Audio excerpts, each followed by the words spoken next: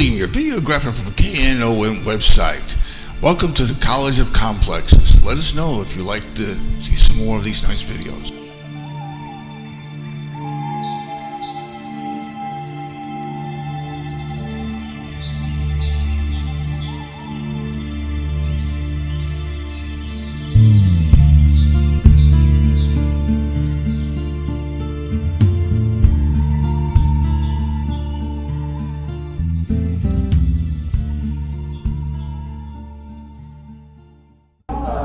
Well, welcome to the College of Complexes.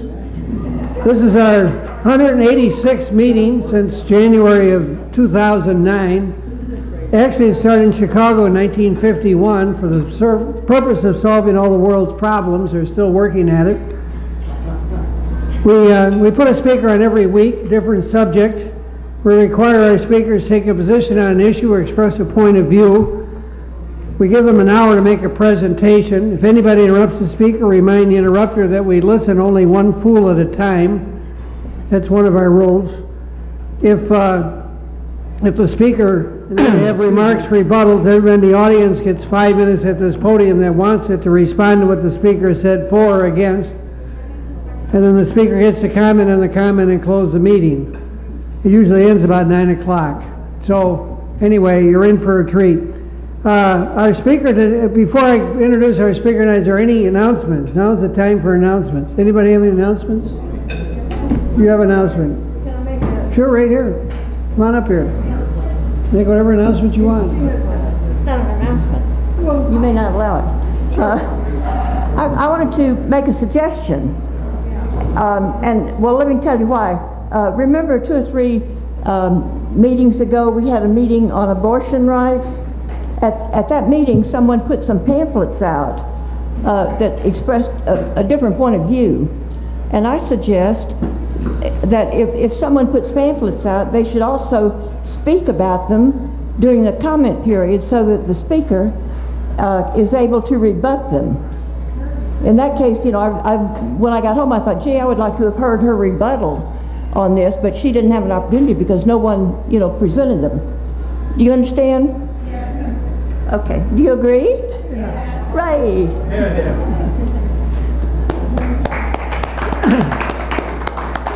Another announcement.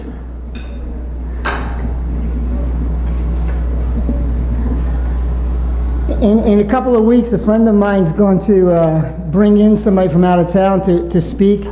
You might have heard of these people, but you might have not. Anybody know who Joe Bannister and Sherry Jackson are?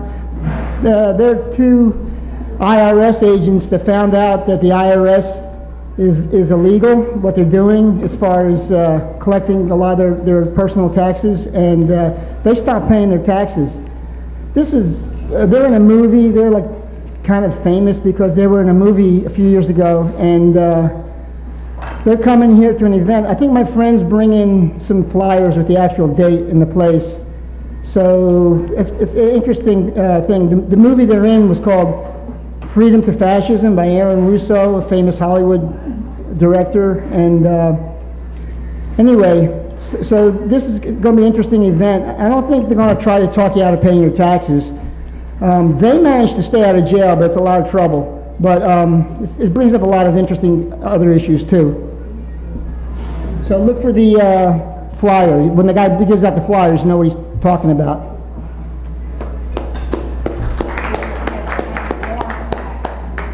Okay, who's next? Any more announcements? Susie, you got announcements? Oh, Sergio has announcements. There we go. Who's next? Hello, everybody. Sergio Garcia. I'm president of the Dallas County East Democrats, DACED. We meet in Mesquite. I'd like to invite everybody to come visit the club. We meet every last Wednesday of the month. The next meeting is June the 26th. I don't have my program put together yet, but we have a great discussion every evening, and we have a chance to meet a lot of Democratic candidates. So you're welcome to come. Please visit us. We meet at Martinez Restaurant on Gross Road. It's 901 Gross Road in Mesquite. It's the intersection 635 in Gross. All right. Thank you. Any other announcements? You have an announcement.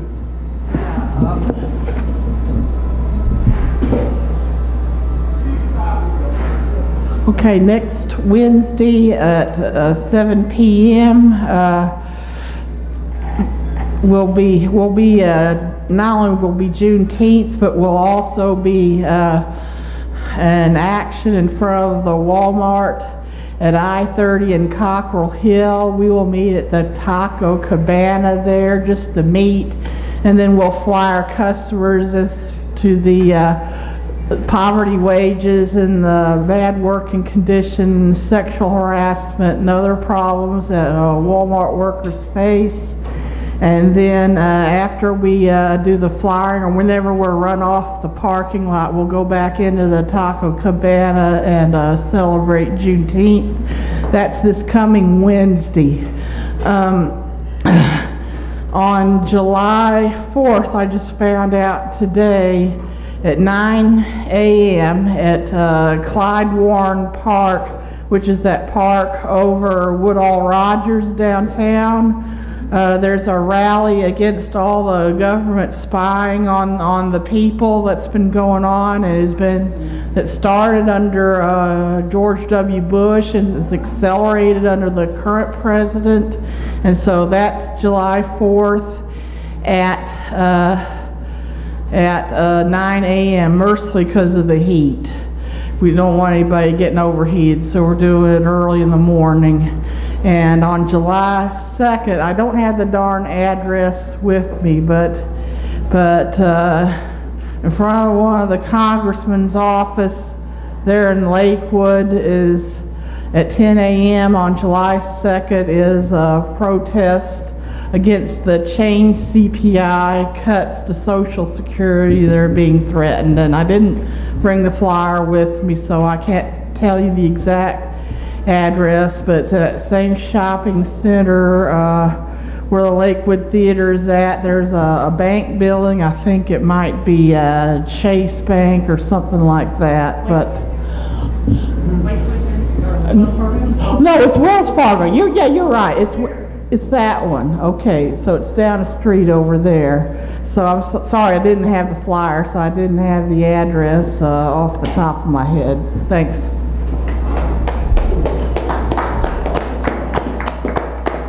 Any other announcements? Susie, you got any announcements tonight? No? No announcements, all right. We're out of announcements? All right. Then we'll introduce our speaker.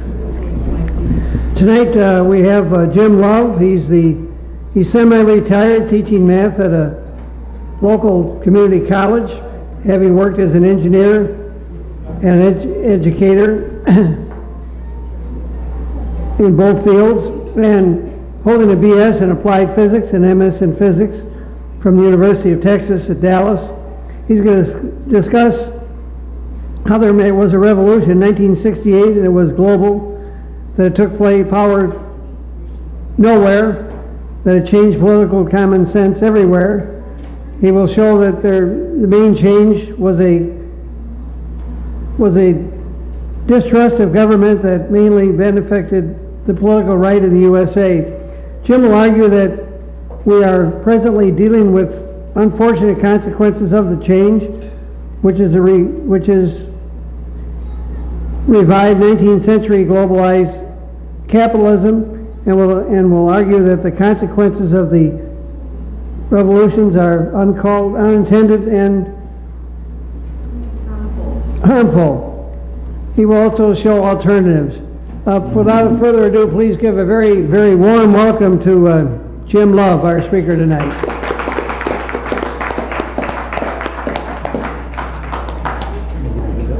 Oh, thank you. Thank you for coming.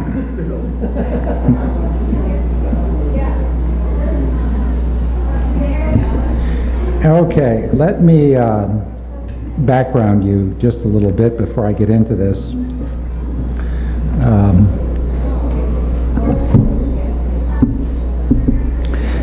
When I prepared this, I didn't realize that it was going to be of great relevance today, and it really does connect with the NSA scandal, and the way it connects with it is the fundamental question that people have to ask themselves is, do you trust the government or not?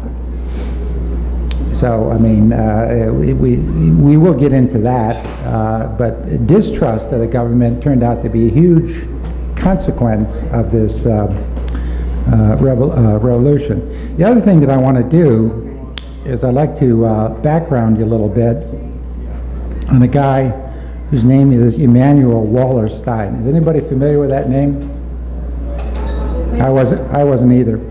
But here's the deal. If you do a Google on him, he's a historical and a social scientist. He's a world system analyst. He got his PhD from Columbia in sociology. He's taught at McGill.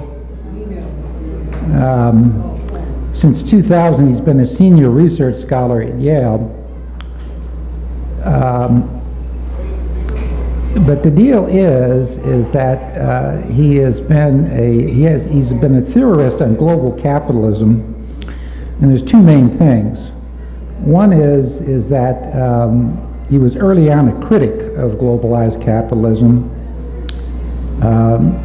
and the other thing is he wrote this magnum opus called The Modern World System, and his main idea is that there was a revolution that nobody noticed in 1968.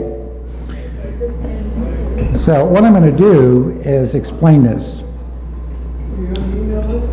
So let's start out with what's a revolution anyways? If you're puzzled by the claim that a revolution occurred in 68, don't feel like the Lone Ranger, so did I.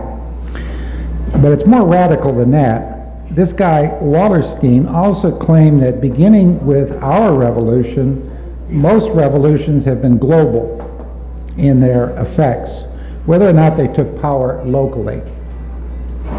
What that means is that a true revolution changes basic political assumptions, making what was once radical now conventional wisdom. An old-style revolution might be Pol Pot taking over in Cambodia back in the 80s, which, if anything, had a negative effect on political thought beyond Cambodia's borders. A new-style revolution would be the 1917 Russian Revolution, which did take over the apparatus of government, dramatically changed its form, yet proved over a few generations to be unsustainable. Nevertheless, it did change minds globally by pushing the West in the direction of the modern welfare state by establishing, among other things, Social Security. So let's talk about some examples of revolutions, and we'll do it chronologically. So let's start with the American and the French revolutions because they changed minds everywhere. And even though for both the apparatus of government was transformed, the ideas of John Locke, Thomas Jefferson, and Enlightenment thinkers were no longer seen as radical. Democracy, consent of the governed, and public education as a right were new norms and here to stay.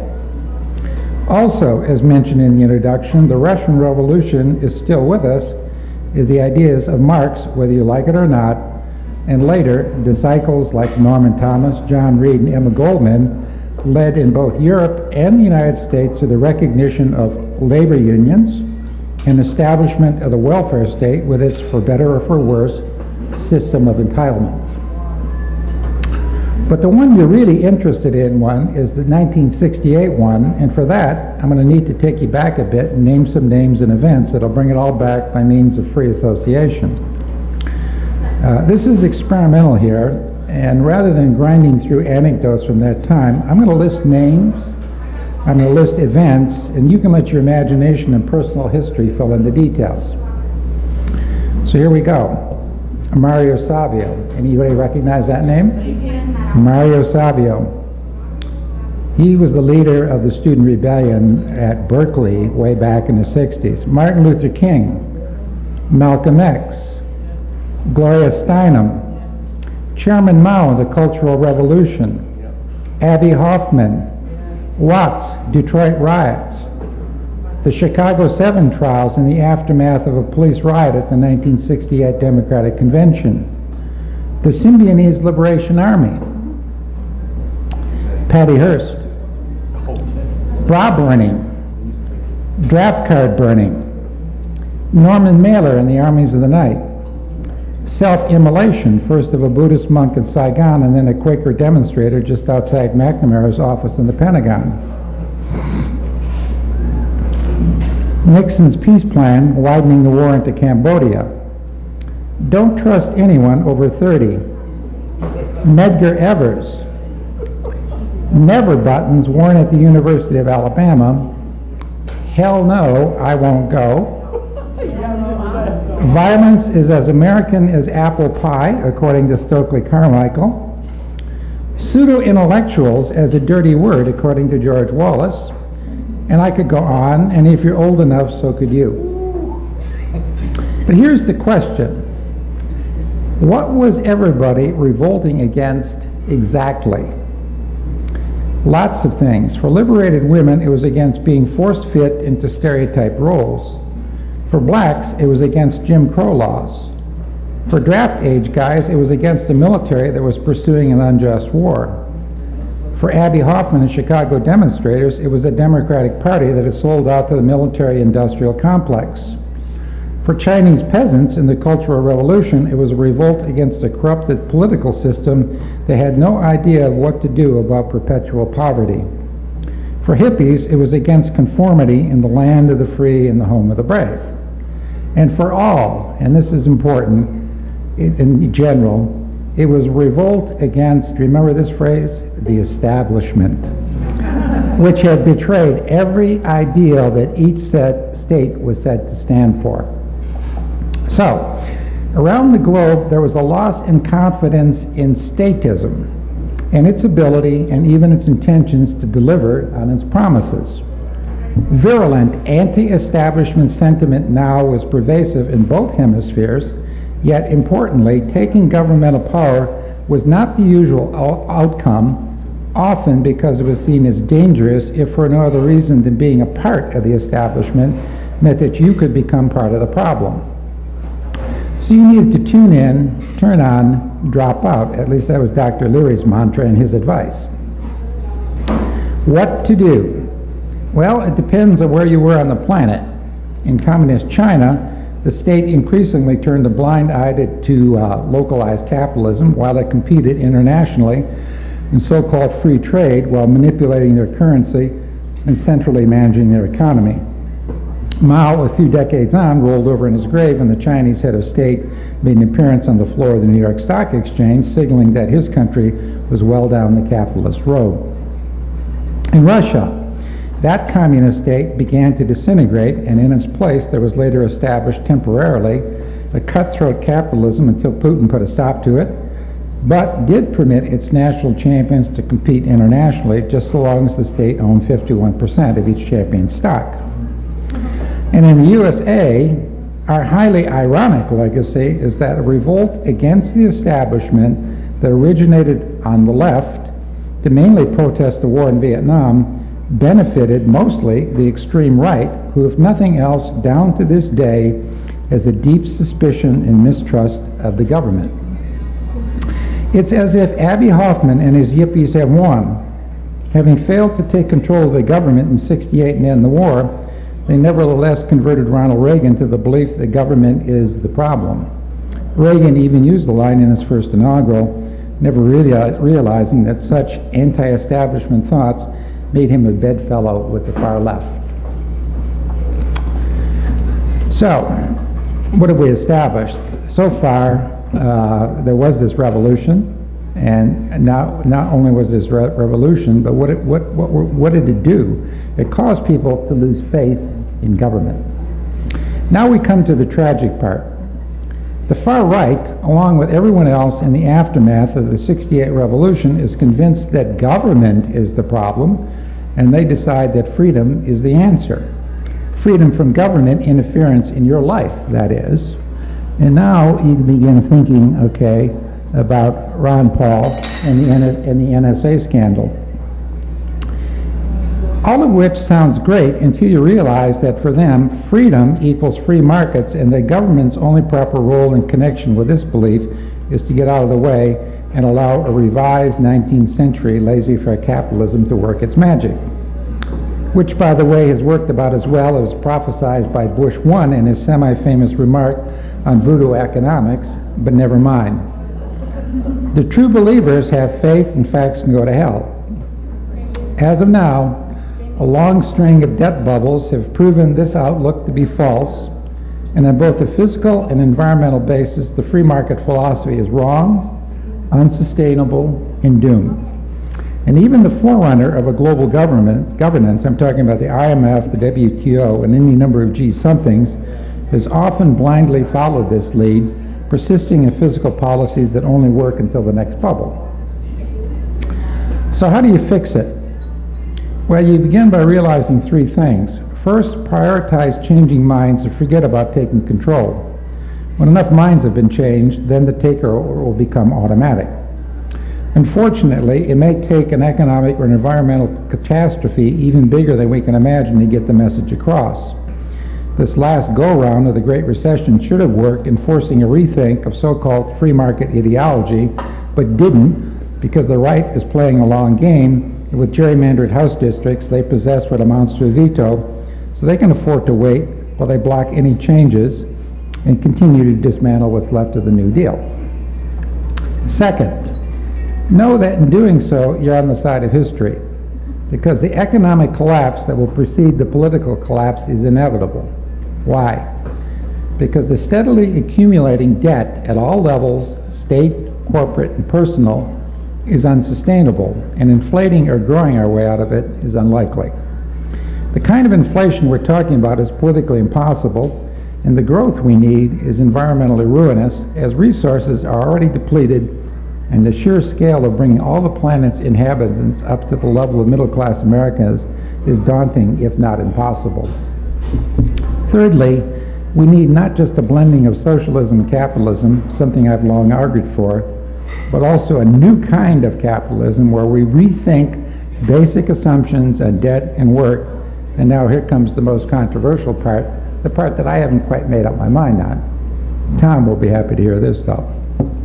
Point blank, we need to consider debt forgiveness, and we also need to reduce the hours worked, maybe from 40 to 20. These are radical ideas, but remember that what was once radical can become the norm, as evidenced by Social Security and public education. Moreover, the problem with such ideas, according to the critics, is that the proposals strike at what is sacred in the cathedrals of capitalism, which is property and work. So what? Violating a contract and not paying your debts is anathema to the true believers, yet debt can be restructured and even forgiven if parties consent, however grudgingly, because there's nothing carved in stone anywhere that makes it absolutely wrong. As far as work is concerned, we sacramentalize it, and maybe it's too much sacramentalized. In many cases, work is a heartache we must embrace, and as a practical matter, working 60s and 70s breeds fatigue, negligence, and ignorance in the familiar and political spheres. I know because I've done it. Many spouses would prefer to see more of you. Many politicians would prefer that you did not have the time and energy to become active in grassroots politics. Retired folks having time and energy can be a pain in the ass for these politicians, and that's a good thing. Many companies would rather pay overtime to non-exempts because it's cheaper than paying benefits. So, work itself has become a fetish, and work as an end in itself leaves one empty. I would propose that work should be a means to an end to a better life for both you and your family, and also a better planet, one whose wealth is fairly distributed, and what's left for the next generation is an environment in better shape than we found it. To which the critics and skeptics would say, explain in detail how you're going to do all that. To which I would reply, I don't know, any more than the merchants of Venice in the 1700s knew how the New York Stock Exchange would function, much less anything about computers, high-frequency trading, and flash crashes. But they tinkered and tried something new, and in a subsequent complex of evolution, fueled by technology, capitalism evolved and is still evolving. So, let's question the sacramental assumptions, let's blaspheme the markets, and let's trample upon all this false and bullshit reverence for what is ultimately profane. We and the world deserve better. That's it.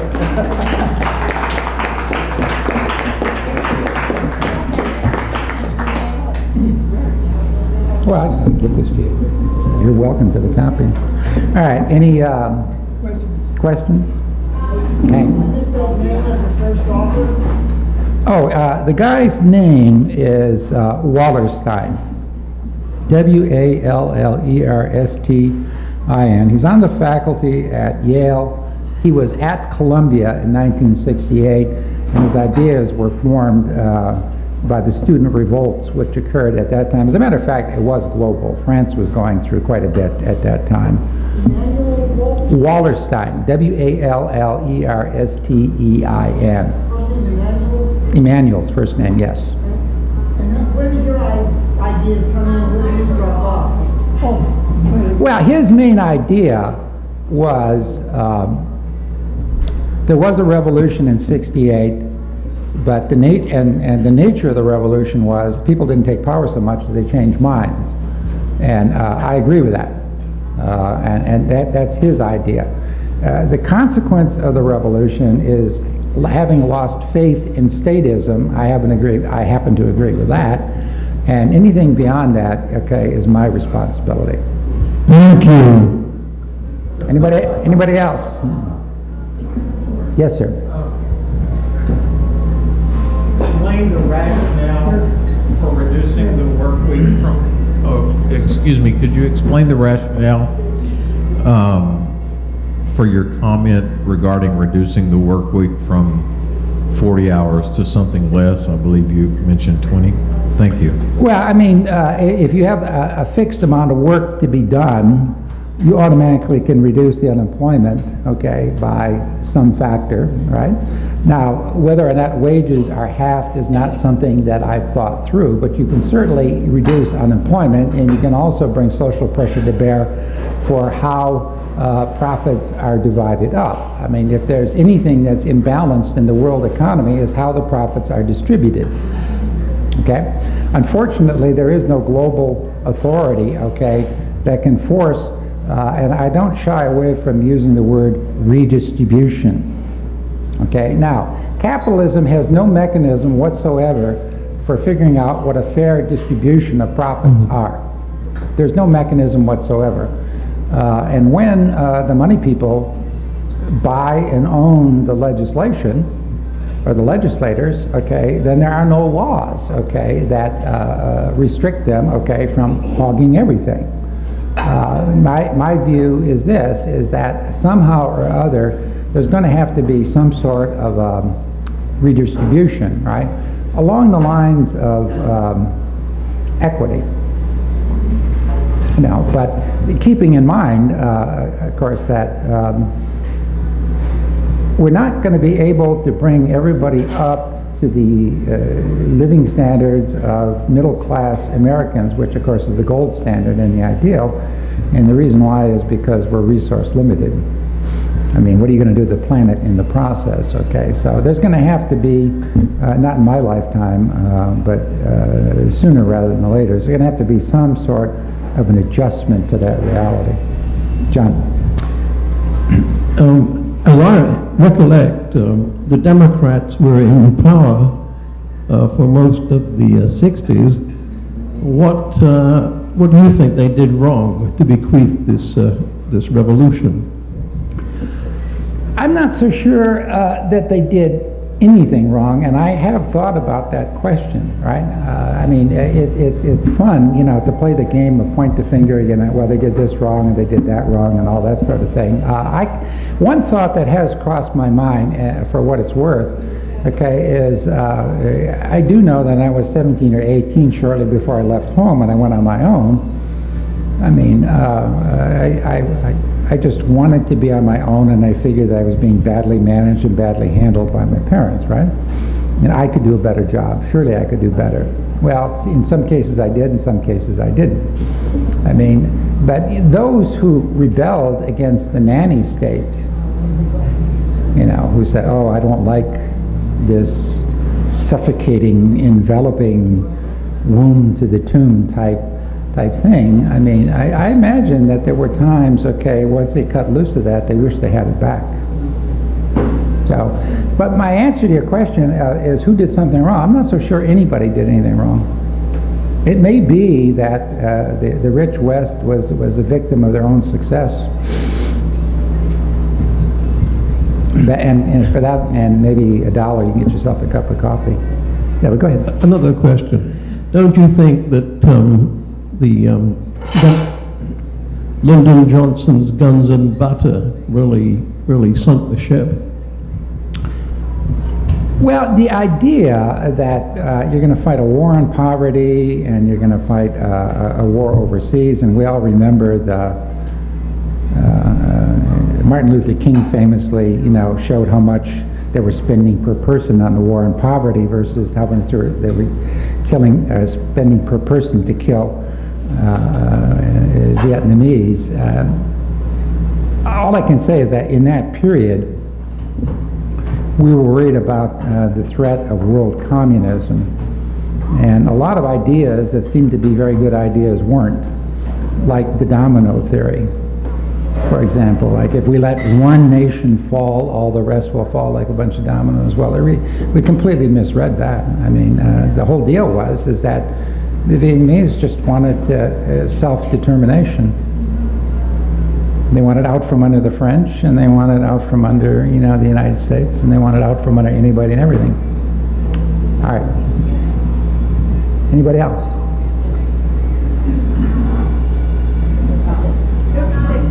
Where's the microphone?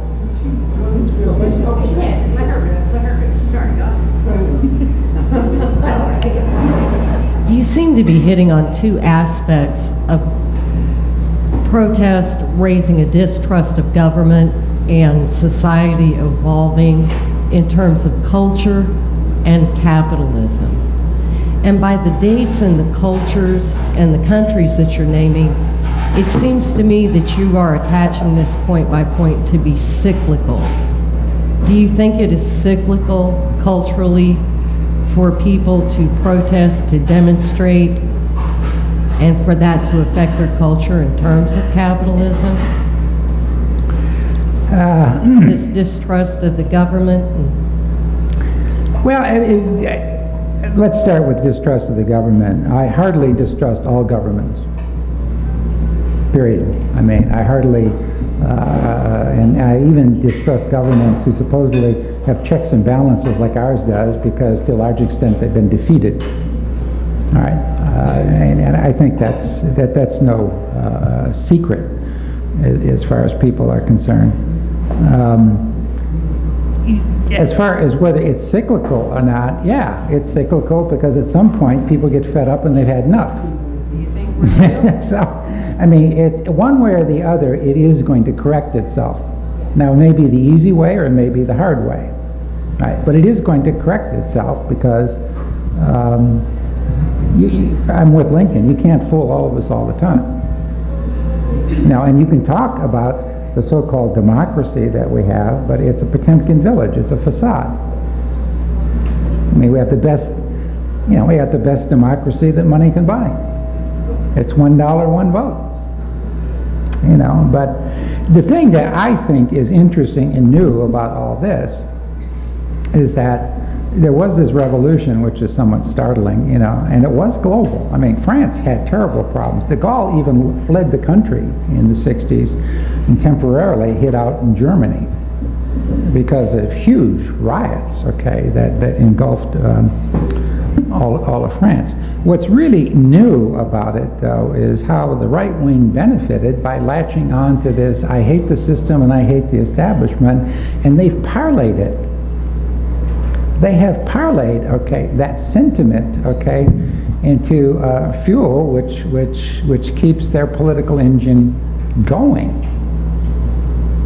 And for those on the far right, I mean, the question that I love to ask is, what are you so angry about when, things haven't really been going all that badly for you? That's number one. And number two, do you really think, and can you really argue that the government can't do anything right? I mean, we did win World War II. We got dams that are still standing. We have an infrastructure that's falling apart, but that's only because we've been neglecting repairing it. Okay? But here is where I think this is very, very, very pertinent today. Because this NSA scandal, right? You got Peter King yelling and screaming about how this guy, what's his name? Snowden. Snowden is a traitor, right? And Snowden, you know, should be tried and maybe executed, right? Well, number one, Snowden did not deal with any United States enemies and get any money for this information. I mean, this is not a case of the Rosenbergs handing over atom secrets to the Soviets. This is a case of Daniel Ellsberg making the Pentagon Papers public. That's the first thing. The second thing, now, if you listen to Rand Paul, you know, Peter King thinks that he's a villain, right? And if you listen to Rand Paul is saying, oh, well, you know, I mean, Fourth Amendment, Constitution, you know, I mean, Rand Paul sounds like, and I got the article here if you want to see it, Rand Paul thinks this guy is a hero.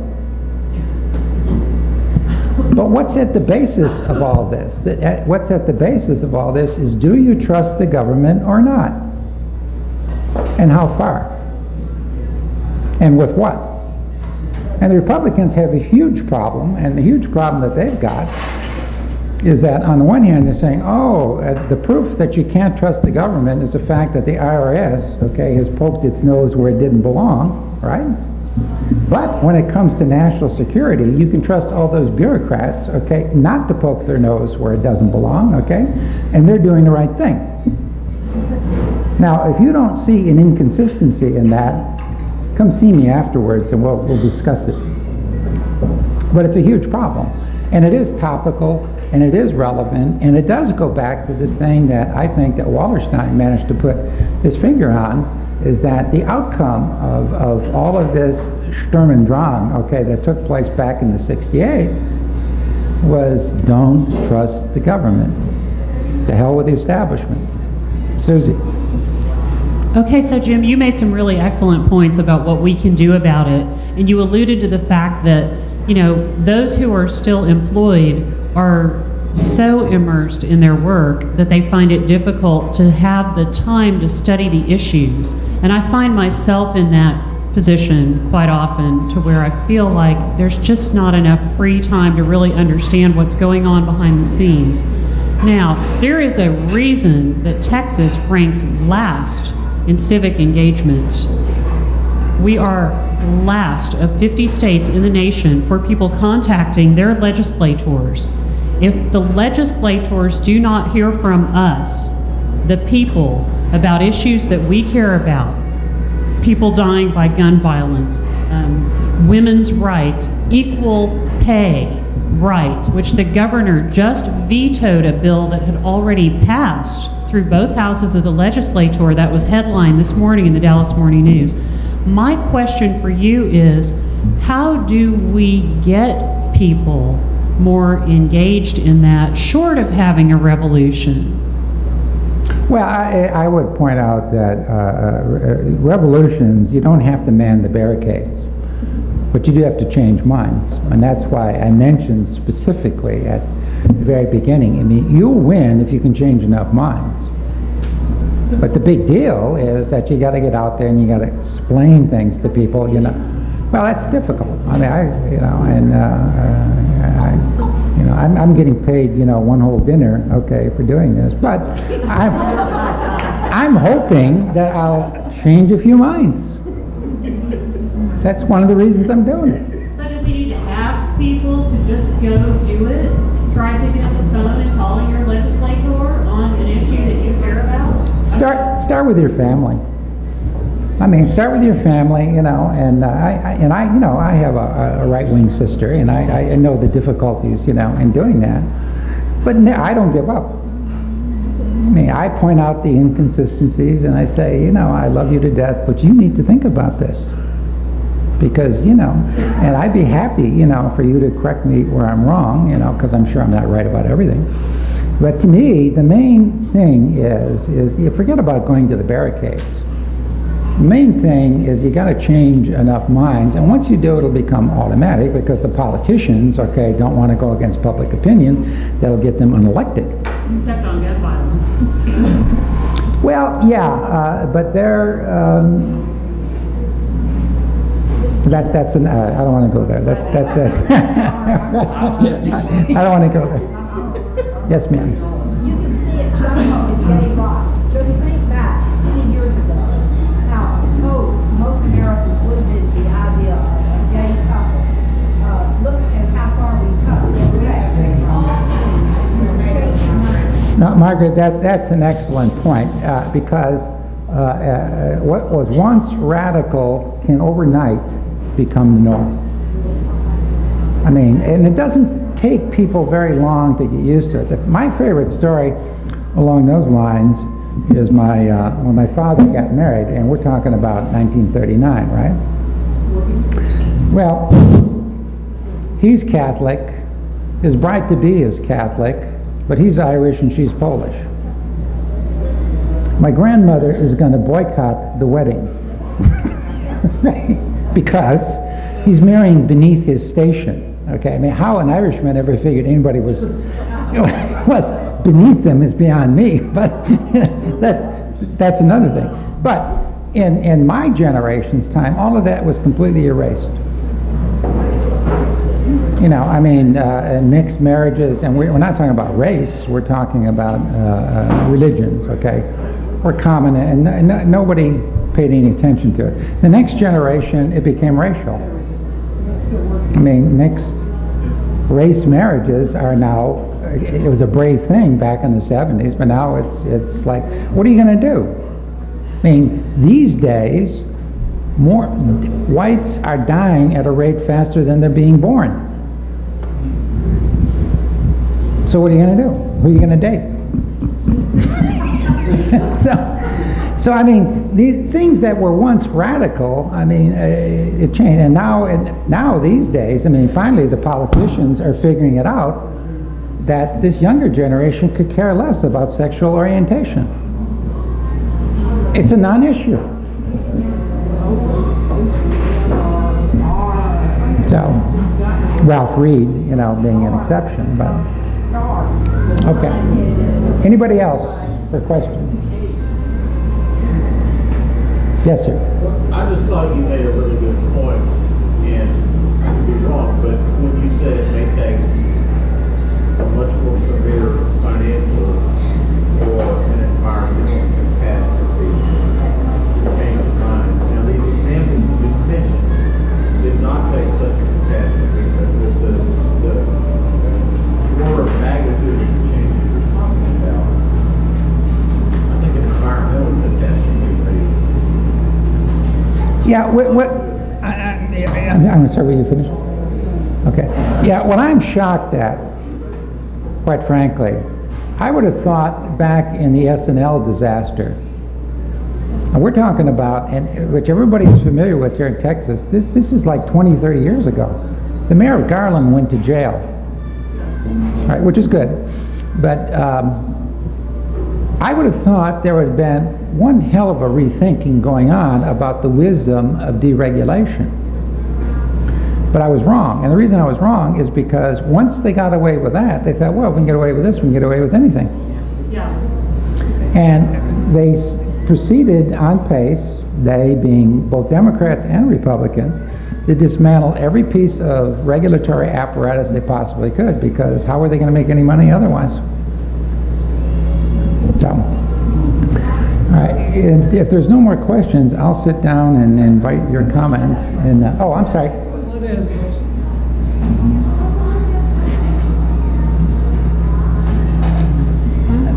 This leakage of information, or not of information, I guess, reviewing our actions on like Verizon and all the communication companies. I was a little taken aback by how many people in the media are jumping to assumptions before they even know the facts. If they are actually reviewing meta data, what that is they look at digits. Okay, all they're doing is looking at digits, numbers. Okay, the bell-shaped curve, any anomaly that they can run through an algorithm, then pick it out. That's all they're doing. They're not. If that truly is what they're doing, metadata, then I'm not at all upset about it. But they're making it as if they're actually having all these people listen to our conversations. That's not what metadata is all about. So, I mean, you brought up Snowden, and I mean, what was your impression when all these people, the talking heads on TV, were just going, oh no, the end of the world is coming? Well, everybody's got an agenda, okay? Unfortunately, and many don't let facts get in the way. And there's this rush to judgment because you need to advance your agenda. But having said that, I've already said that Snowden is no traitor. I mean, he's not to be executed like the Rosenbergs were because he was selling stuff to an enemy. He didn't do that. Now, did he break an oath? Yes. Did he break a law? Yes. Okay. You want to prosecute him, okay, and hold him accountable for the laws that he did break and the oaths that he did break? Go ahead. I mean, you have that right because he did sign on and say he was going to do that. Now, as far as whether he's a hero or a villain, I think he's somewhere in between, to tell you the honest to God truth. And as far as meta-analysis is concerned, I mean, I worry because I don't trust any government, ours included, right? And what they say they're doing, okay, is one thing, and what they're actually doing is another. And I really don't like the fact that so many doors are being opened that, and when you do open them, I mean, you see another door and it's labeled abuse. You know, and to believe that you can trust the bureaucrats who are doing this meta-analysis, but you can't trust the ones in the IRS, okay, because they're intruding where they shouldn't be intruding, okay, is a huge stretch. I mean, I distrust both of them. I mean, I really do. The smartest thing I think that I read about this Snowden brouhaha is that, okay, if you're going to do this, if you're going to do it, okay, let me know you're doing it. I don't need to know the details, right? But the fact that you're doing it at all, okay, being kept secret, really impairs democracy, because if you really do believe in consent of the governed, and I do, how the hell am I going to make intelligent decisions, okay, when I don't know what's going on? I'm being kept in the dark. Now, granted, there are certain things that, for reasons of national security, it's probably best not for me to know, right? But if there's a huge program that involves Verizon, Google, and others, right, and you're going to be monitoring all these phone calls on a meta basis only, I would like to at least know that. And I'd also like to have somebody monitoring the monitors just to make sure that they're not getting carried away. This has been known to happen. Yes, ma'am. Well, to me, another slant on Snowden and whether or not he violated any oaths. It seems to me that ever since the Patriot Act came in and all the legislation since then has been eating away at our constitutional, guarantees and freedoms. And as United States citizens, it is, for all of us, I would think, our first allegiance is to the Constitution. Now, I don't know what kind of oath Snowden had to take to work for this consulting company, but as a U.S. citizen, he's upholding his allegiance to the constitutional principles that we should all be discussing. So how much of a traitor is he really? He is really upholding the Constitution versus little governmental Patriot Act nibbling away at the Constitution. Really, it's some of the Patriot Act things that are, to me, traitorous, because they are probably not constitutional. Well, I shy away from using the word traitor because I don't think it's appropriate in describing his conduct. But there are issues. The issue is what trumps what. Constitution should trump everything else, I would think. But now you get into interpretation, right? And then you also get into whether or not he should still be penalized, jailed, perhaps fined or whatever, okay, because he did violate a law and he did break an oath.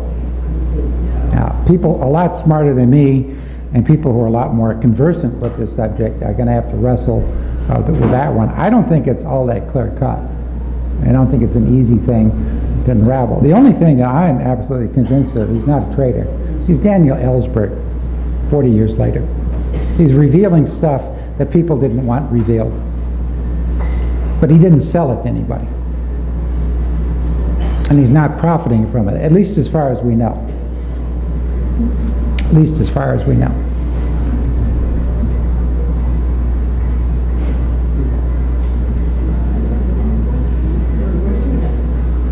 Any more questions?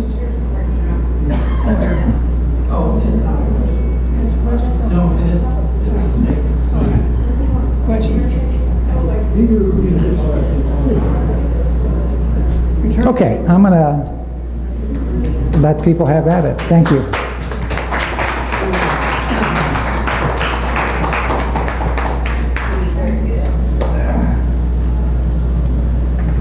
Now it's your turn to talk, so who wants to be first? Okay, you're first.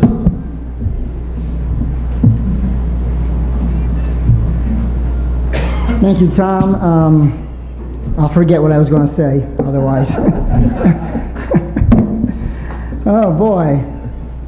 Well, things are changing, so we can marry Polish people, and I guess I can marry a man, but I guess if I was younger, I'd probably be looking at the armadillos. You know, things are, you know, all change is just wonderful. Anyway, I'm a person that breathed in tear gas in Berkeley in '69, so I was around there. I was part of that revolution, and I didn't like the political side of it because it stunk back then, and it stinks today. I'm going to try to put a coherent framework. People who've seen me talk before know I harp on this thing called the left-right paradigm. Got a lot of Democrats here. We had a Democratic rally here, I think, a couple of weeks ago. I missed it, but it's a problem for me. When you frame this thing in Democrat, Republican, or a code word, the conservatives, meaning Republicans, it's a problem for me. Snowden is not a big deal with Republicans as much as he is a big deal with people like me who don't have a particular affiliation to any party agenda. You know, now the issue this lady brought up about the Constitution, that's a better way to look at it. You know, it's more basic. We have something called supreme law of the land for a reason. Things get sold out. They worked that Constitution really carefully in the beginning, and they had people we don't have anymore. Believe me, Obama's not Benjamin Franklin or Thomas Jefferson. We had people frame this carefully, and then when you change that law, you have to have a constitutional convention. You can't just put on a bunch of little laws and change it. So anyway, there's so much stuff here. The main thing I want to say is beware of the left-right paradigm, and this whole question about the changes in the revolution was framed as if the Republicans were somehow benefiting because they're against the establishment. I see that as a problem. Now, you don't want to listen because you're Democrat, that's okay, but if you're not a Democrat, you can listen. There is really no difference between the Republicans and the Democrats on several key issues. I think this idea of putting up with finding out about this war in Iraq being built on false charges is a big deal. We stood down. This business of giving the money to the banks is a big deal. We stood down. This business about what happened in 911 is my biggest deal, and everybody won't want to know about that. And I don't care how educated you are. I could teach you something about 911, and the main thing about that, it's blatant. It's murder.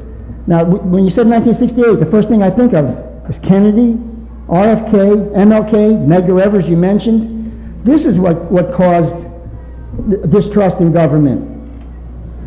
Going to Vietnam and having your son drafted, of course, that was different than we have today. So they kind of figured that out. So they can play America, string us out a little longer. So they don't take our rich sons. They just take people they can fall into that are, you know, impoverished, and that actually looks like a good deal for them. But so this sounds like a lot of doom and gloom. My main difference with Jim, and I really respect the way he organizes stuff, but I wish he would look at some of my info, is that a lot of this stuff is not accidental. Now, it is cyclical, but it's not all natural cycles. So you're going to call me a name, conspiracy theorist. What does that mean? That means I don't agree with the mainstream lies, mainstream media, I mean. And the debt bubble, let's think about that. What is the debt? We might even say, what is money?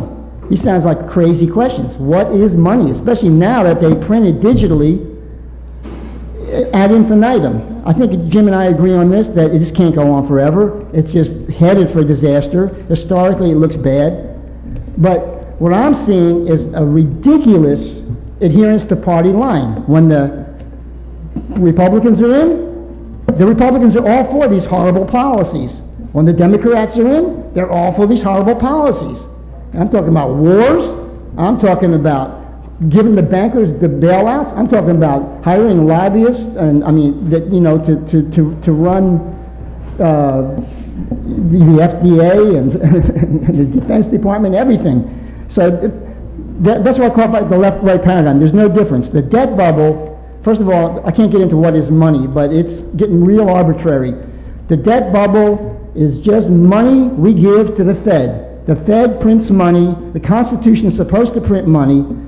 The Congress. The Constitution gives Congress the responsibility to print the money, debt-free, and Andrew Jackson called them on this, and they tried to assassinate him 5 times. Lincoln they assassinated. He tried to do it, and Ron Paul talked a lot about it. His son's probably going to talk about it.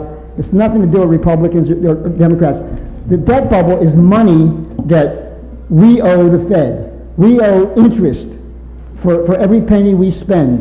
And they control it, and they have us spending money on the most ridiculous things. We should be so rich right now. Do you realize a few hundred years ago, that, I mean, you couldn't, to get a screwdriver was a big deal. Now we got cars, airplanes, computers, but they keep draining us, so we'll keep working and being desperate and not have enough time to really be the citizens they promised us. These issues are so mega, so big, you open up a kind of a can of worms for me, but the cycles are engineered. They make inflation, then they make depression, and they squeeze out the real value, the real goods, your real estate. You know, the standard of living is going down in this country. Why? We conquered the world. We were, and we managed to be loved. We had that Marshall Plan, which we were merciful to our people we defeated. We were both loved and super rich and had control of technology, industry, everything. All of a sudden we're broke. Every penny that we say we lost, it disappeared, evaporated. It didn't evaporate. It's in somebody's pockets. It's not in 1%. It's not the 1% though. See, I'm against the Democrats because the Democrats are also being played. You look at some guy who's got, money. He spends money. He's the guy that hires me. Who's going to hire me other than somebody who has money? He's the guy that, keeps all these businesses open. It's the hidden people. It's the 1% of 1% of 1% that control these. These are maniacs that like war. They actually think war is okay. And I'm going on and on and on now, but it's not engineered. Your allegiance is to right and wrong, the truth. That's number one. Number two, these people who take oaths of office, policemen, military, congressmen, presidents. It's an oath to the Constitution. That's my speech. Thank you.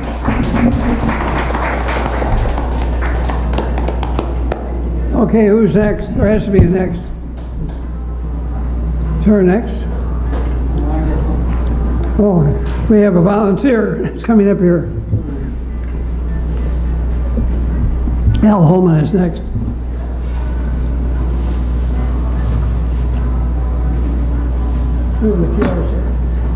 Well, I'm sorry I missed a lot of your presentation, but from what I was hearing from responses and so forth, it must have been a very interesting one. Now, I forget the name of the man who was the head of German intelligence under Hitler in World War II. Does anybody here remember his name? No. No. I can't remember his name. I think it starts with a G, if I'm not mistaken. No. Well, in any event, this man was a fervent Christian who believed in God. And from day one, he hated Nazism. And he got secrets out of Nazi Germany throughout the war until they finally discovered him and executed him. He did what was right. And there are people in this government who are trying to do what is right. If you take the Patriot Act and you compare it to some of the statutes that Adolf Hitler got passed in the 30s, hey, it's almost verbatim. We are giving this country away, and we need to wake up. Now, I've heard one esteemed member of this congregation say that in a comment after one of the meetings that we need to scrap the Constitution. And another, I'm a socialist. Well, I would say go somewhere where those types of life are being lived. I hope that we can eventually get, what was her name? The lady? Yeah, Virginia Prodan to come and talk, because she was a lawyer who grew up in Romania under Ceausescu. And Ceausescu just moved it more and more and more into total socialism. And the end result is always the end result of the virus that I have spoken about, rampant in human consciousness, called greed and lust for power. And those people are usually very intelligent and energetic, and they go right to the top of governments everywhere in the world, and they say exactly what you want to hear. They play on your emotions like an expert violinist. Ceausescu and all of his little group of people got richer and richer and richer, while everyone else in the country lost all their property rights, lost their freedoms, and got poorer and poorer and poorer. She had studied to be a lawyer. She went out protesting against this and got banished from the country and came over here and became a lawyer. And I heard her speech, and I hope we can get her here, because by God, she's more American than most people I know in this country. And she states it very clearly. She understands what the Constitution is.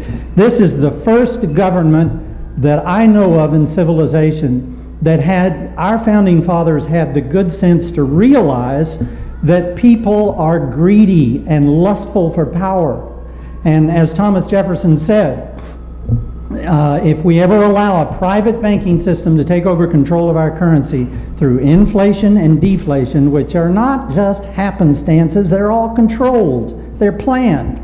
They will take away all of our property and render our descendants homeless in the land we have given them. The guy was a time traveler from today, I've said this 3 times now, who went back to give that message to us. The only way you can survive with freedom in this world today, and probably for the next 5 or 10,000 years, is to be vigilant, intelligent, informed watchdogs, and never trust your government. Never turn over power to them without having a leash around their necks. It's absolutely imperative. There is no one up there in government, with few exceptions on both sides, because there are some good human beings in this world, but mostly there's no one up there who's not taking money from some corporate interest. The corporations of today run this world. They have established the NAFTA that took tens of thousands of good manufacturing jobs and shipped them over to countries where the people are paid a tenth of what we're paid, almost slave labor camps like in China. And it's just decimating the quality of this world. The United States has had the best conditions for growth with lots of trouble getting there. No doubt. We've had a lot of problems in this country. But we have not, of late, been watchdogging our country. I think anybody who will take the time and read will see that, for instance, the so-called Gulf of Tonkin incident that took us into the Vietnam War never even happened. Weapons of mass destruction never even happened. These things are lies by the government. They are conspiracies by the group of people who are going to make billions. Do you think Bell Helicopter is going to cry when Americans die in a helicopter crash? Hell, we just made $5 million. Send another helicopter over there. Or McDonnell aircraft. It's money. War is huge money. And we are in wars that we don't need to be in, and we've been there for decades because we are not watchdogging, and we believe what these people say. You cannot believe government because they all lie. You have to watchdog it, and we need to learn this again, go back to the founding principles of this country, because as, again, I'll say this name, Yuri Bezmenov on YouTube, B-E-Z-M-E-N-O-V, stated, a former KGB infiltrator going into India to convert it to communism. It failed, fortunately.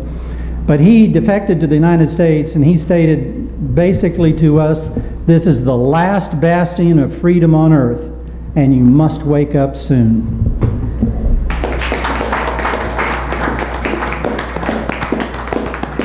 Okay, who's next? There has to be a next. You're next.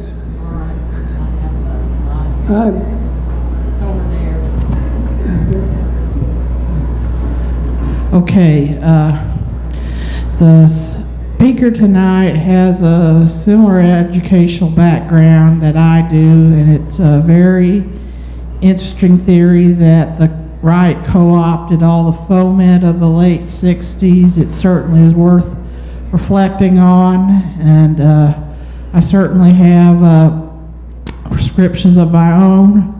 But before anybody, I'm not referring to the speaker now, but before anybody disses socialism, the Soviet Union and the other Stalinist regimes were not socialist. They were state capitalist, where the state owned the means of production. Real socialism is monasticism. Monks and nuns living in monasteries and convents, and that's been true since 285 AD, at least in Christendom. Monasticism also exists in other world religions as well. There's no central bank, no 5-year plan, no political prisoners. Just get yourself to a convent or a monastery to see the genuine archon. Oh, by the way, the Christian church for the first 250 years of its existence was a socialist entity. Everything was held in common. Everything was given to the apostles. Read the book of the Acts of the Apostles for yourself. People who held things back were struck down dead by acts of God. I'm referring to Ananias and Sapphira. No world religion other than Latter-day Saints condones capitalism, and that's a fact. Hinduism may have a caste system, But that's not the same as a profit motive. That's totally different. So the command economies of the 20th century are not it. And I realized this 10 years ago, and I cannot overemphasize that. So what happened, reason why the church no longer is socialist was when Constantine co-opted it.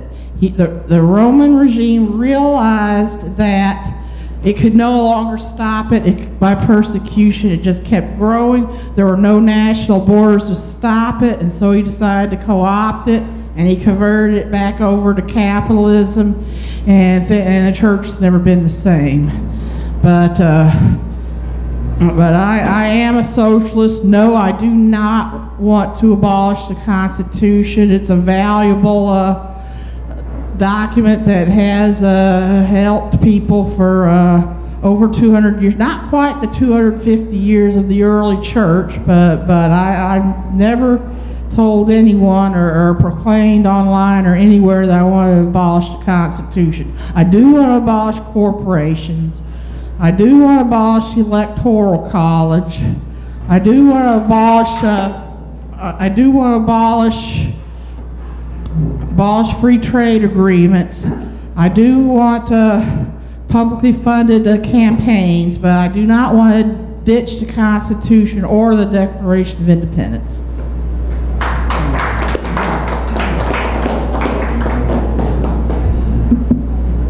Okay, who's next? There's got to be a next. There we go. All right, John.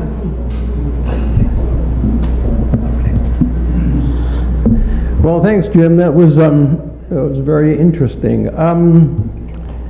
My take on what happened in '68 was it was really the first sign of the loss of innocence of Americans. I think up to that point, they'd been taken in by the myths that comprise American society.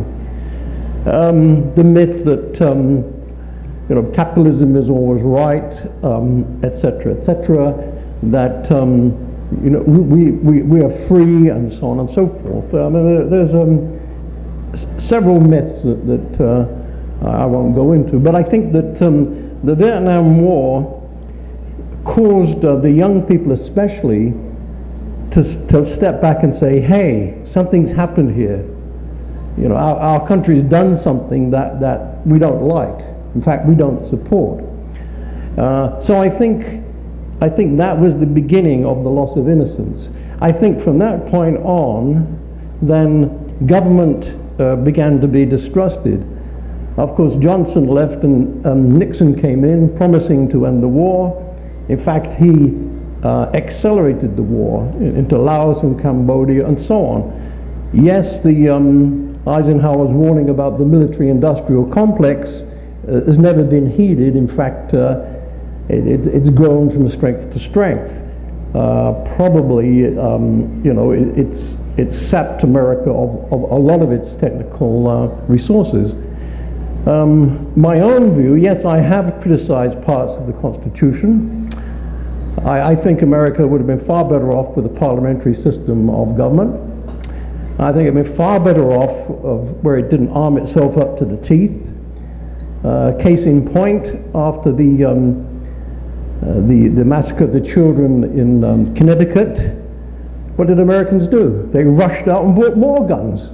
In fact, I think the one gun manufacturers had an increase in sales of 50%.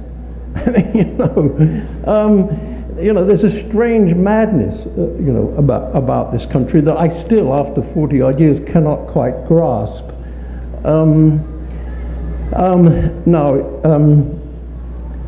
Socialism has been mentioned. I think socialism is alive and well in this country. I think it's gaining strength. The truth is, we have socialism for the rich, and we have capitalism for the poor. The most prevalent free market we have, that we must insist on having at all costs, is the free market in labor. That's why That's why this country, whenever it gets down even close to full employment, says, oh, we're going to stop here because, boy, the poor folks will actually have something to live on and do well with. And so it's, in fact, in the last century, we had recessions and collapses every about 9 to 11 years, and recently we're still doing that. I mean, these are lately they're engineered events. So what do I think the solutions are? Well, come next week and I'll be speaking about that. Okay, who's next? That was very good. There's got to be a next. Sorry, am I the last man standing? Over here? James, come on up here.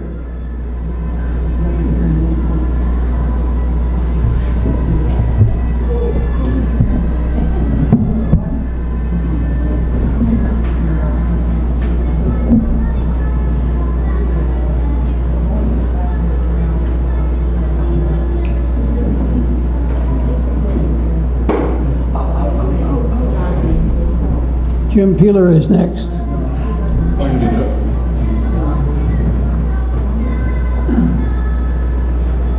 Just a second.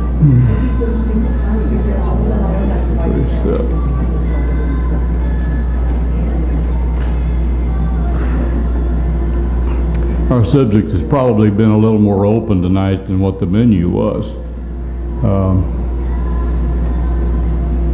I will say one thing about the scandal with the cat going off to Hong Kong. I would ask a question about that, about all that data being sent over into the government computers about our calls and contacts, supposedly not our conversations, not the copy, just who called who or who contacted who. Has anybody been curious why they did not catch the bombers in Boston by surveying that? Does anybody know why we didn't catch them? I read an interesting article today in Investor's Business Daily. Why did we not know anything in advance of the bombings and the 2 bombs set off in Boston at the marathon that killed the people when we had this humongous security system running? I think we did. No. The article I read today, unless it's a lie, running in Investor's Business Daily, which is the equivalent of Wall Street Journal, says that a year and a half ago, the federal government, didn't say who was responsible, prohibited surveillance in a mosque. Guess where all that was planned, guys?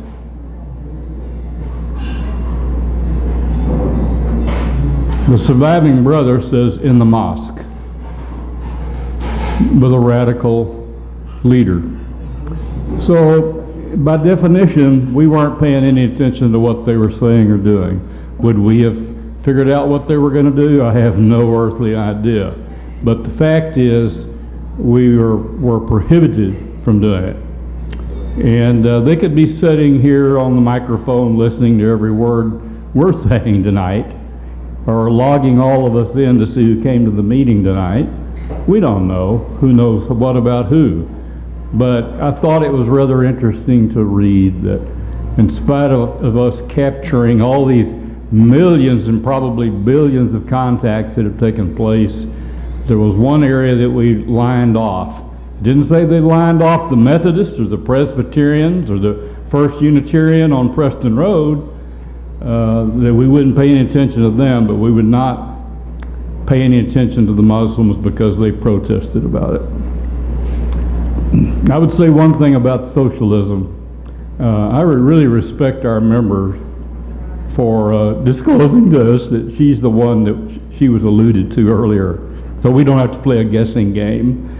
And I respect all those viewpoints. And to anyone who would love to see what she referred to, and that is going and living in a monasterial mode. That is very doable. But I suspect, sort of, if we went out and surveyed 310 million people in the United States, you wouldn't find very many people who signed up to do that, or who would sign up to live in that state of self-sustained poverty, where you can grow enough food to eat. And if someone is given enough money to build the monastery that you're going to live in, you have a place to sleep and to eat the food that you raise. But that's not much of what we would regard as an American life, or a European life, or any kind of society that's above the lowest level of the earth in terms of economics. I know I'm not ready to go live in the monastery.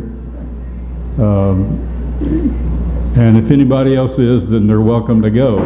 But that's not really ever going to be the nature of our country, thank goodness.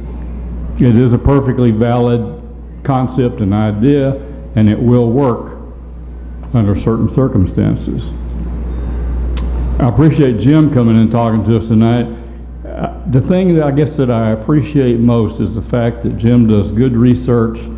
He goes and reads a diverse group of writers, and we get exposed to some viewpoints and some opinions about what's going on out there in the economy and the world around us that very few of us would ever come across and read. It makes us think.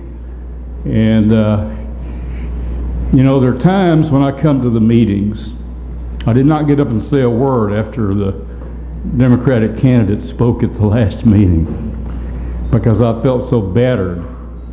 And as I said, when I was sitting there at the table with the mic in my hand, I'm not a Democrat. I've never been registered as a Democrat.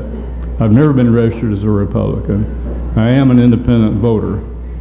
But as I told Tom when they moved down from Chicago, until after John Tower was elected senator, and that was our first nationally elected Republican representative out of the state of Texas after the Civil War, if I remember correctly. The elections here were the Democratic primaries. If you didn't go vote in the Democratic primary, you weren't going to have a blasted bit of influence over who was in office, because the person who was on the ticket with any kind of a label, whether it was Republican or Libertarian or Independent or nothing, I guess, was not going to be elected into office. They were not. Now that is not the case. It hasn't been that many years ago when every statewide elected official in the state of Texas was a Democrat, governor on down. Now none of them are members of the Democratic Party. I would predict in the next 20 years that's going to reverse exactly because of the population shift. I could be wrong. I probably won't be here to check that out. At age 92, I may not be there to see that election. But we do go through cycles. A lot of the people who were Democrats have become Republicans. And that'll happen again. I can still remember Tom and I going to a meeting when a bunch of the judges were running. Remember, Tom, over at La Madeleine? And every candidate in there had changed parties at least once, and one of them twice, just in order to get reelected. So sometimes our party affiliations get a little ridiculous, and somebody who sits on the bench, I'd like to just see them be a good judge, a good attorney. I don't give a flip if they're a Republican or Democrat in their economic viewpoints. I want them to be a good judge. My comments tonight are as rambled as Hank Black. So Hank, thank you for teaching me a good lesson. I've hit about 4 subjects. We've done pretty good on time tonight. So, surely, before Tom closes us down, somebody else has some words of wisdom. I don't know if that mine were at all, but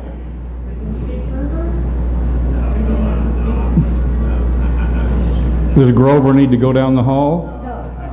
I'm sorry. That was not a very nice thing to say, Grover. I apologize. Come on up, Susie. Thanks, Jim.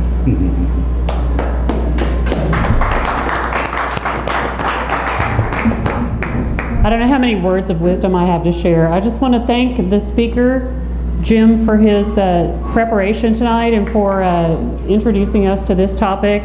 I was 4 years old, actually 3 years old in 1968, so I don't remember much of it. What I do remember was how things kind of changed in my household at that time. You know, there was a lot of turmoil with people losing jobs and that sort of thing, and I think my dad kind of blamed that on the Democrats, and he is definitely a hardcore Republican, as is my mom. And that's okay. You know, it's okay for us to have diverse opinions within families, within friendships, about which side of the political spectrum we're on. But that does not excuse us from contacting our elected officials and letting them know what we think about what they're voting on. There are so many ways to get information. As you know, in Texas, we have a part-time legislature, right? They serve for 6 months every 2 years, actually making laws, passing bills, attempting to get the governor to sign bills, such as the fair pay law that was passed in both houses, sat on the governor's desk, and he decided to veto that, saying that women already have recourse in the courts as long as they know within 180 days that they were not being paid fairly, as long as they, you know, make that protest. Well, to me, a lot of the time, as it was exposed when Lilly Ledbetter brought her case before, and we actually passed a federal Lilly Ledbetter law, right? Many years went by before the disparity of income was uncovered. We don't always know, all right?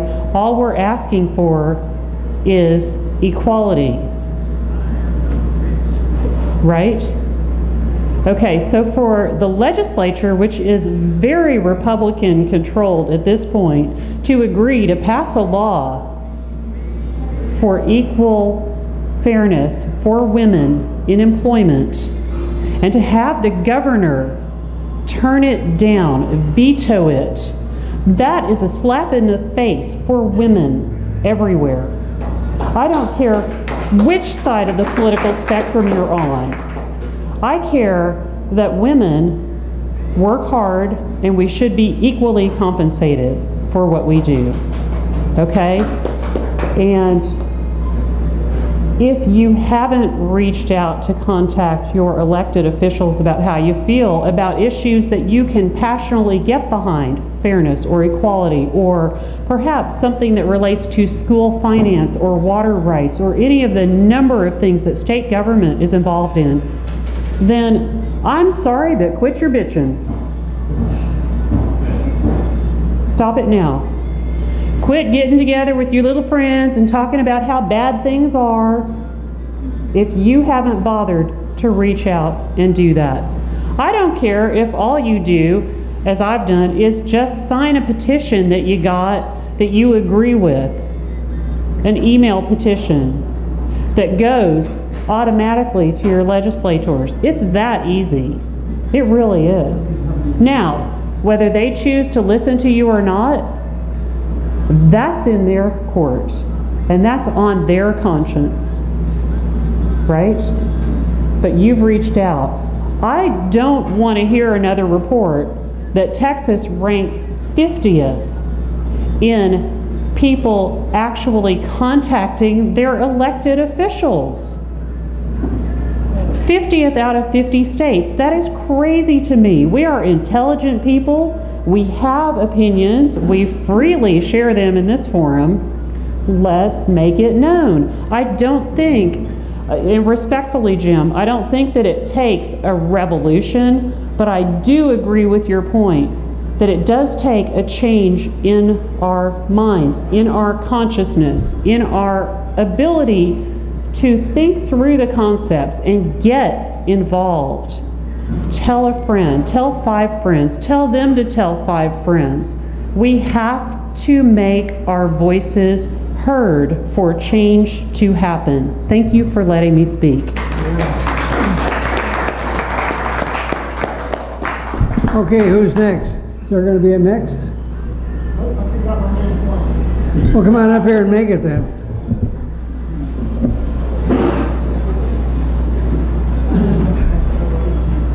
Thank you for your indulgence. Oh, God. The main thing I wrote down, of course, not a sunny subject, but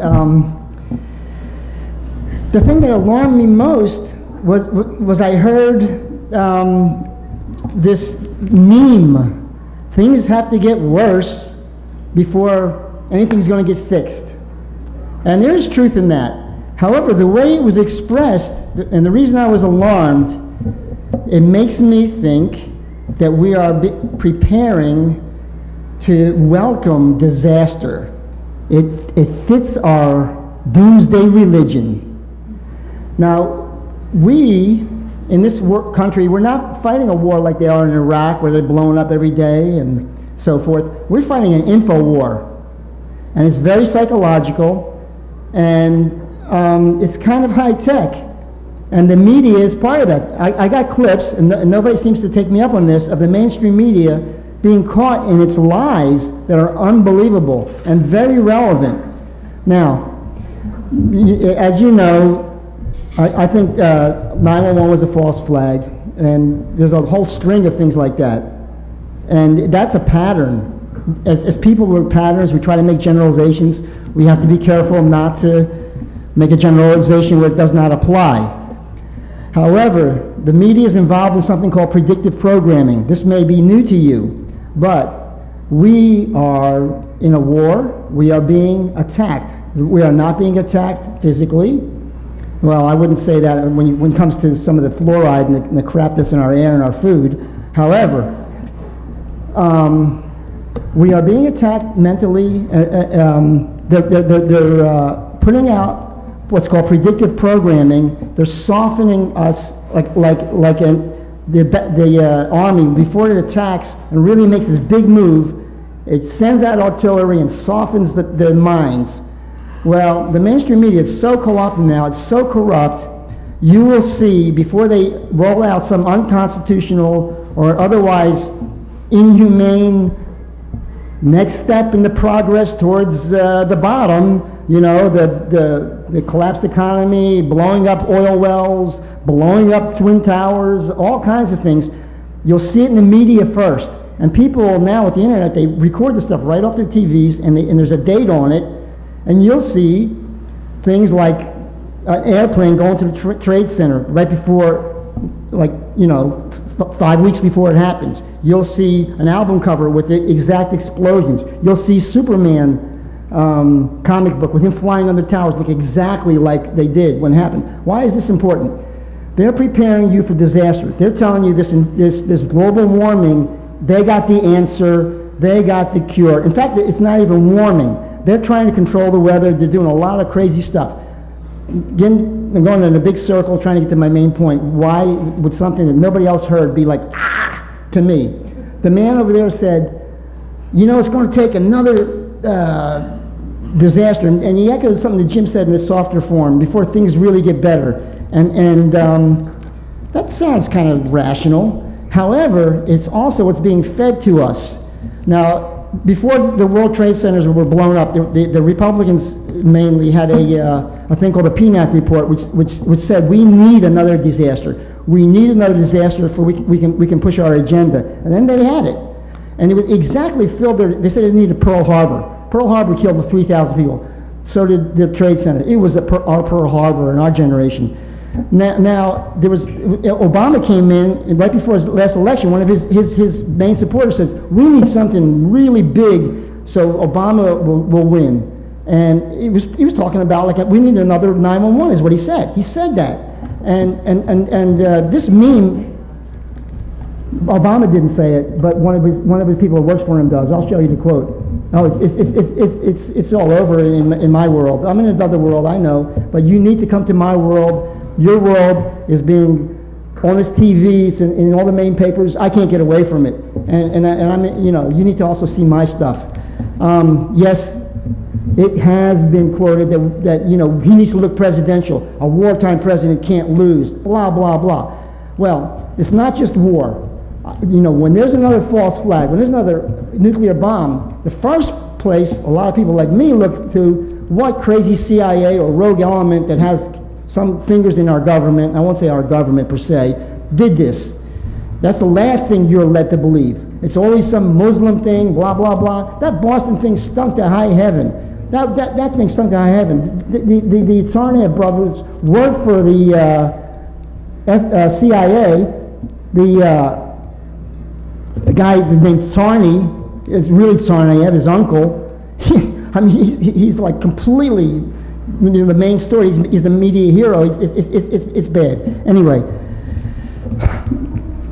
don't welcome the next false flag. Don't welcome environmental disaster just because you're in control. Just because you think you're in control. You think you're a Democrat and you're on the high horse. It was bad then. It's bad now. They're playing us as the population. They're preparing us for the next disaster that they engineer. So do not welcome it, embrace it. Be suspicious of things like that. Thank you.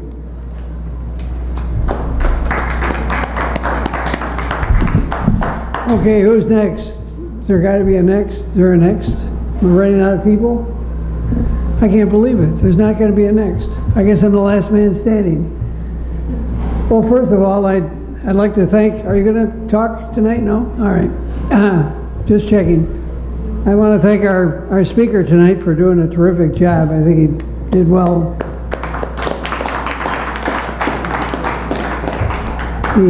Maybe the applause will help him. I don't know. He's get out of his doldrum there, but I think he did a great job. Some of the things that were brought up tonight that he brought up, the one thing that struck me it was about a shorter workday in this country. We have 25 million people out of work right now, and one of the ways that and if you go back in history, in 1938. They shortened the workday. They went from 10 hours to 8 hours. And when the process, they did it as a federal law, not a state law. It only affected interstate commerce. Big business had options. They could break up, demerge, form smaller companies, get around the restrictive labor law, or they could spend money, become more productive, and produce more in less time than the competition. Small business did in more time. Within 5 years, there was an unholy alliance. Big business and labor went to each state legislature to put the states on a shorter workday because misery loved company wanted to eliminate their competition. That's how we got the 8-hour day. I would say that maybe the answer now is to go to a 6-hour day. We'd have more people working paying taxes. We'd have less people not working draining taxes. The government would get a twofold benefit of increased tax revenue without raising taxes. There'd be less bills to pay for people who aren't working as they be working. We could rejuvenate our economy. We'd have the people back to work. We wouldn't be paying for people not working when they are working. There's just a lot of benefits. It's been going on since the Industrial Revolution. But none of this is going to happen with our Congress, because we have, as was brought up by one of our speakers tonight, we have the best Congress money can buy. That's our problem. Where it's bought and paid for by the corporations, by the people who have money. And the people that are in Congress, they listen to this, and they bow to this. And if they talk against it, they're no longer in Congress. So that's part of the problem, and I think that has to change.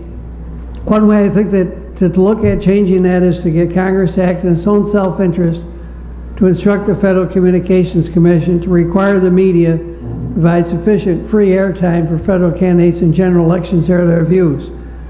I think we can get that passed. If that happened, you'd end up with more people working. You'd end up with Congress that was responsible to the people that did the electing, as opposed to being responsible to the people who are buying their vote. That would make a much better system in this country. And you probably get other legislation passed that is good for people. Nothing gets passed now because Congress is all locked up in the money. We know that. That's the problem. That has to be corrected. Anyway, that's all I got to say about it. Thank you. And our speaker now gets to comment on the comments and close the meeting. He gets the last word.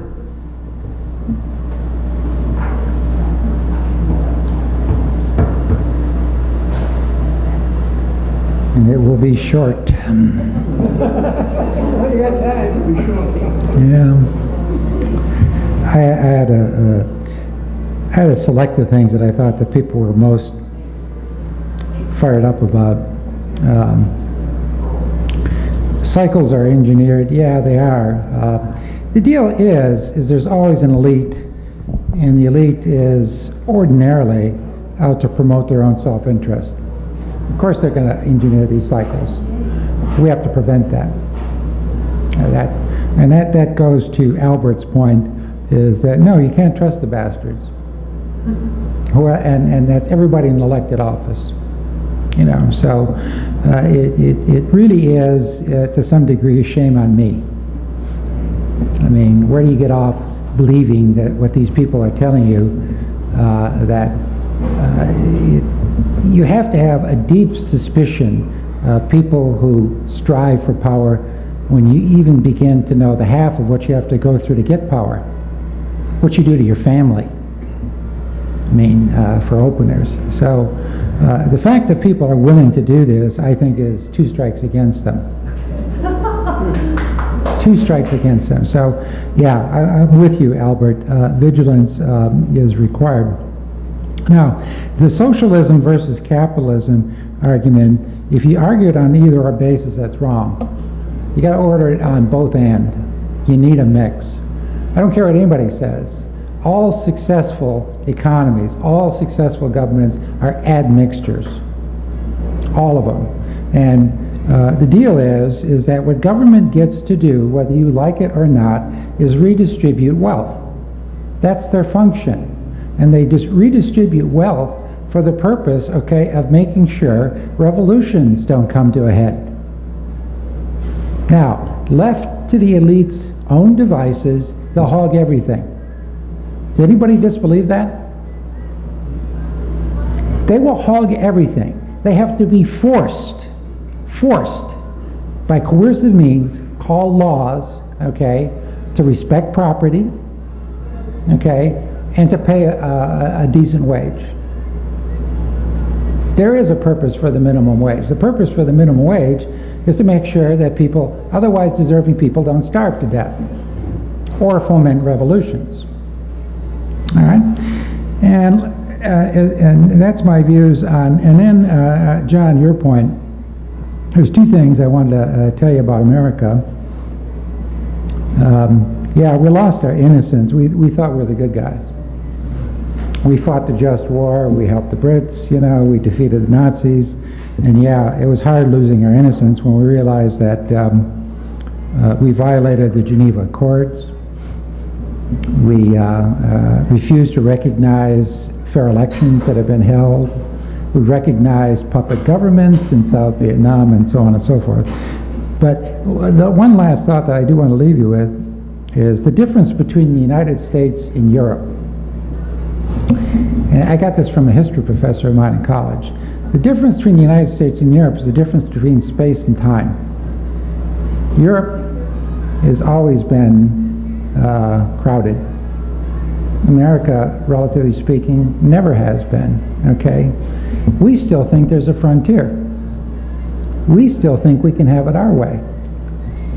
We still think, okay, that, you know, we can do our own thing. In fact, there's commercials about have it your way, right? And you'll get the burger at McDonald's, okay? I think that's what makes us crazy. It makes us crazy because we act in a way that is no longer possible. You can't go beyond the frontier anymore and leave your past behind and start all over again. It can't be done. But there was a time, and you could never do that in Europe. You could. The only way you could do it is you could emigrate to the USA. All right, that's it. Thanks.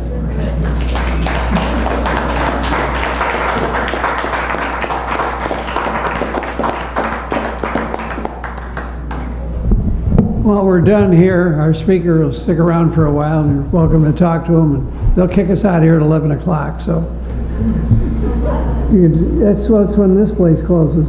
But you can stick around and have something to eat or whatever you want to do, and enjoy yourself. Thank you.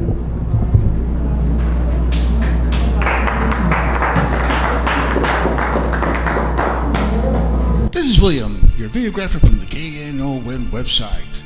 This is a trial video, and if you like it, please let us know in the comments below, or like us, or follow us, and we will